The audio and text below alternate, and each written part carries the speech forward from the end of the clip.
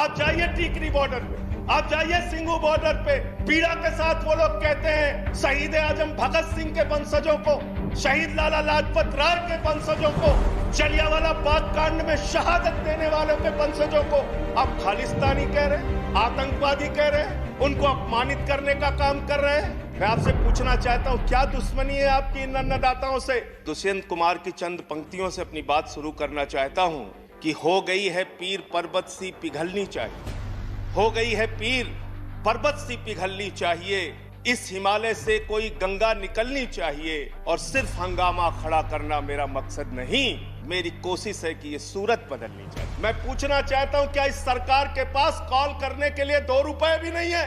अरे 2 रुपए नहीं है तो हम लोगों से ले लो, लेकिन कॉल कर लो किसानों को, कॉल कर लो किसानों को। उनकी पीड़ा चरम पर पहुंच चुकी है मान्यवर। 165 किसानों ने अब तक अपनी शहादत दी है। आप जाइए गाजीपुर बॉर्डर पे, वहां पे 97 साल के इलम सिंह आपको मिलेंगे।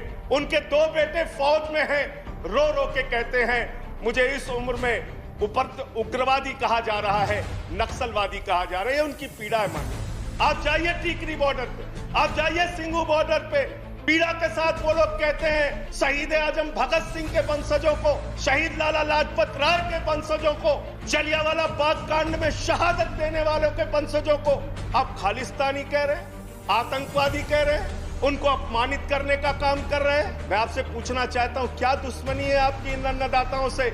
आप चले जाइए गाजीपुर बॉर्डर पे मान्यवर, कटीले तार, बड़े बड़े कीले गाड़ दी गई हैं। देखकर ऐसा लगता है कि दुश्मन देश की सेना आने वाली है। ऐसी स्थितियां 2 परिस्थितियों में जन्म लेती हैं मान्यवर।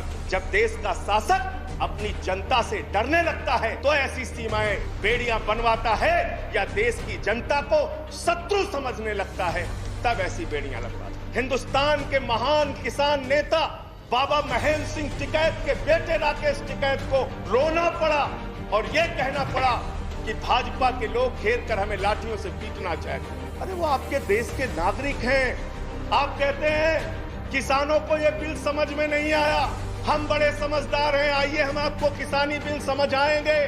मान्यवर, इनकी समस्या ये नहीं कि किसानों को ये बिल समझ में नहीं आया, इनकी समस्या ये है कि किसानों को ये बिल समझ में आ गया है और अब ये तीनों काला कानून वापस चाहते हैं। जीएसटी की बात करो, ये बिल तो कांग्रेस करना चाहती थी, हम इसलिए इसको कर रहे हैं, लेकिन वो सांसद ये बताना भूल गए जब ये बिल कांग्रेस लेकर आई थी तो उस समय स्वर्गीय अरुण जेटली जी ने और स्वर्गीय सुषमा स्वराज जी ने उस समय बिल का विरोध किया था। इसलिए अगर आप कांग्रेस के सपनों को पूरा करने के लिए आए हैं तो जनता को भ्रमित मत कीजिए।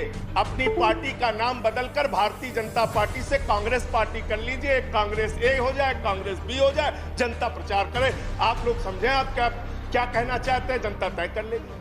2 साल से अडानी का 100 एकड़ जमीन का लैंड यूज चेंज करने की एप्लीकेशन हरियाणा सरकार के पास पेंडिंग थी, लेकिन 7 मई को जब पूरे देश में लॉकडाउन लगा था उस समय उस लैंड यूज को चेंज करके 100 एकड़ जमीन पर अडानी को भंडारण कोल्ड स्टोरेज बनाने की छूट दी गई और 5 जून को ऑर्डिनेंस के जरिए असीमित भंडारण और कोल्ड स्टोरेज बनाने की छूट दी। ये सरकार उन 4 पूंजीपति लोगों की सरकार है जिनके लिए कानून बनाते हैं और जिनसे चंदा लेकर ये लोग चुनाव लड़ने का काम करते हैं।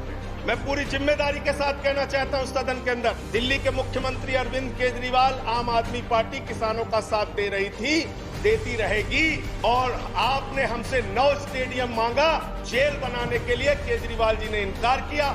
हम वहां पानी का इंतजाम कर रहे हैं, आप पानी का इंतजाम रोक रहे हैं। वो दुश्मन देश के नागरिक हैं क्या? उनके साथ इस तरह का व्यवहार आप कर रहे हैं। एक माहौल बनाया गया 26 जनवरी को, लाल किले पे हमला, लाल किले पे हमला। 7 रूट पे किसान ट्रैक्टर रैली लेके निकला मान्यवर, तिरंगा रैली लेके निकला, और 7 रूट पर कहीं किसान ने कोई उपद्रव नहीं किया, कोई हिंसा नहीं की। जो लाल किले पे लोग आए थे वो भारतीय जनता पार्टी के लोग थे जिन्होंने लाल किले पे हमला किया, जिन्होंने लाल किले पर तिरंगे का अपमान किया। और वो दीप सिद्धू जो भाजपा का नेता है उसकी फोटो प्रधानमंत्री के साथ है, देश के गृह मंत्री के साथ है। भारतीय जनता पार्टी को इसका जवाब देना चाहिए कि भाजपा के नेताओं ने लाल किले का अपमान क्यों किया। ना आप एमएसपी देना चाहते हो, ना किसान को उसके फसल का दाम देना चाहते हो। असीमित भंडारण की छूट देकर आपने पूंजीपति मित्रों को ये सुविधा दे दी कि सस्ते में किसान से अनाज खरीदेंगे और जब बाजार में फल सब्जियों की कमी हो जाएगी तो महंगे दामों में जनता को बेचेंगे। यानी आपने महंगाई को, जमाखोरी को, कालाबाजारी को इस बिल के माध्यम से लीगलाइज करने का, वैधता प्रदान करने का काम किया है। इस देश में महंगाई बढ़ाने का काम किया है। उसका रास्ता आपने खोला है कि धरा बेच देंगे, गगन बेच देंगे, धरा बेच देंगे, गगन बेच देंगे, कली बेच देंगे, चमन बेच देंगे। अगर तुम ही यूं ही सोते रहे तो ये फर्जी राष्ट्रवादी वतन बेच देंगे, वतन बेच देंगे, वतन बेच देंगे।